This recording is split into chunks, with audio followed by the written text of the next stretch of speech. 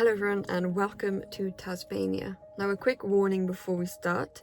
This video does talk about rape and the failures of the justice system. If you need to pause or stop this video, please do. Or if you yourself have experienced sexual violence, please take care of yourself, and there will be support links in the description below. Today we are talking about the case of Niall Geany, a 19-year-old Scottish footballer who was convicted of rape in 2025. But this isn't just about one man or one verdict. It's about how the justice system and society continue to fail victims of assault in the UK. Because when a judge describes a convicted rapist as high intelligence and low risk of reoffending, we have to ask ourselves, who does our justice system really serve? So Niall Geany was a promising young footballer from Kirkliston near Edinburgh, and on the night of March 3rd, 2024, he shared a taxi with a woman after a night out. Near her home, he told her that his phone battery had died and asked if he could come inside to charge it. She agreed, something many of us would do out of basic kindness. But once inside, things changed. Geany began making unwanted advances. She made it clear she didn't want any sexual contact, saying no multiple times and asking him to stop. He didn't stop.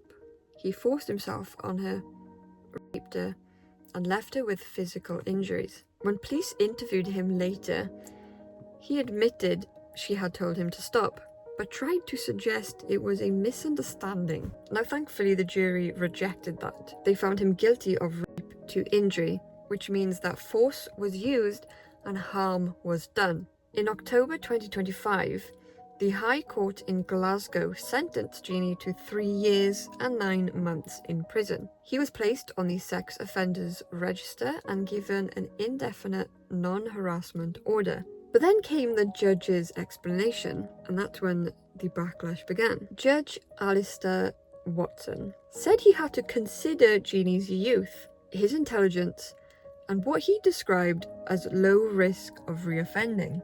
Those phrases, high intelligence, low risk, they echoed through every headline. That's all I saw in the headlines. So to many people, it sounded like being smart, white, middle class had earned him leniency, as though intellect could excuse the violence. Now let's be honest, this isn't rare. Time and time again, we see the same pattern in the UK. A man commits rape or sexual assault, and the headlines focus on his promising future, his good character, or his potential. But where's the same energy for the women whose lives were destroyed?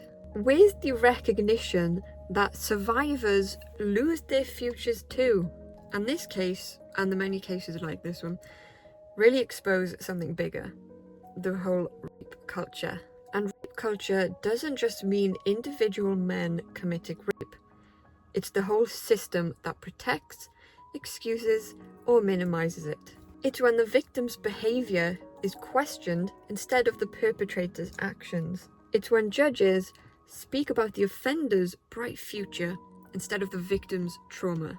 It's when intelligence or potential are used as reasons for leniency.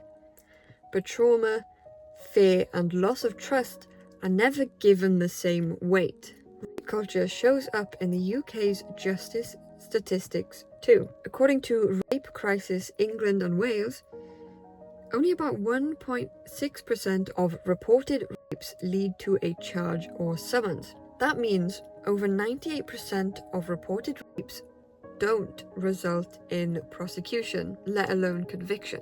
And when cases do make it to court, survivors often face brutal cross-examination, long delays, and intense scrutiny of their personal lives. So even when a conviction happens, like in this case, justice rarely feels like justice. When a judge highlights a rapist's intelligence, it reinforces a dangerous illusion that rape is somehow a mistake made by otherwise good people. But rape isn't a misunderstanding, it's a choice. Geany didn't misread signals.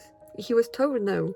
He admitted to hearing her say stop, and he chose to ignore that. And yet the focus still wasn't on her pain, it was on his potential. Those words echo a hierarchy. One where certain offenders are humanized and others are demonized, depending on who they are. And that's not justice, it's just bias. Imagine being that woman, doing something kind for someone, only for that kindness to be violated. Then imagine sitting in court, hearing your attacker described as intelligent and low risk, as though his traits mattered more than your trauma.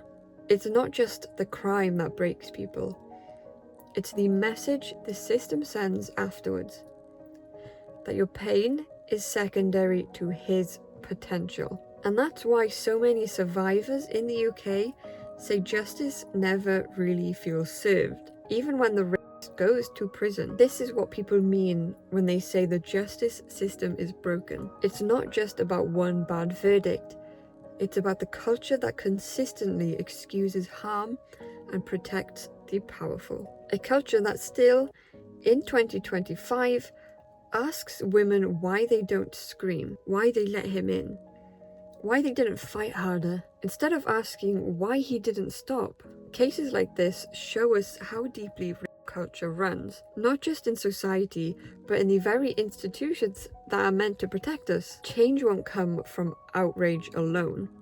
It comes from reform, in how cases are investigated, how survivors are treated, and how sentencing guidelines are applied. We need judges to understand that potential isn't a defense, and intelligence isn't a mitigating factor for rape. We need to stop asking what women could have done differently and start asking what men can do to stop harming us. The case of Niall Geany is one of many, but it's a mirror reflecting what's still broken. Because every time the system shows more empathy for the rapist than for the survivor, it tells women that their pain matters less. Justice shouldn't be about protecting potential. It should be about protecting people. And until that changes, we'll keep saying it louder each time. If you or someone you know has experienced sexual violence, you are not alone. In the UK, you can contact Rape Crisis Scotland, Women's Aid, or Samaritans. Links are in the description. I'm not here to sensationalize this story. I'm here to make sure it's not forgotten. Thank you for watching. Take care of yourself and each other.